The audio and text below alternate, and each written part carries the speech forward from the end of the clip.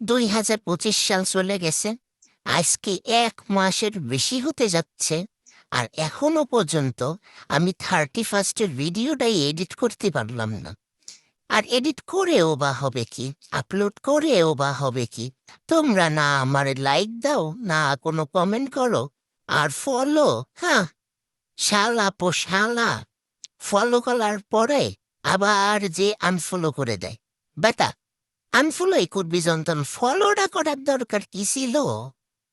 Anyway, নাও, মোরা সুন্দর করে পিকনিক করছিলাম, সব ভাই বোন মিল্লা বাগেরহাটে গেছিলাম ঘুরতে।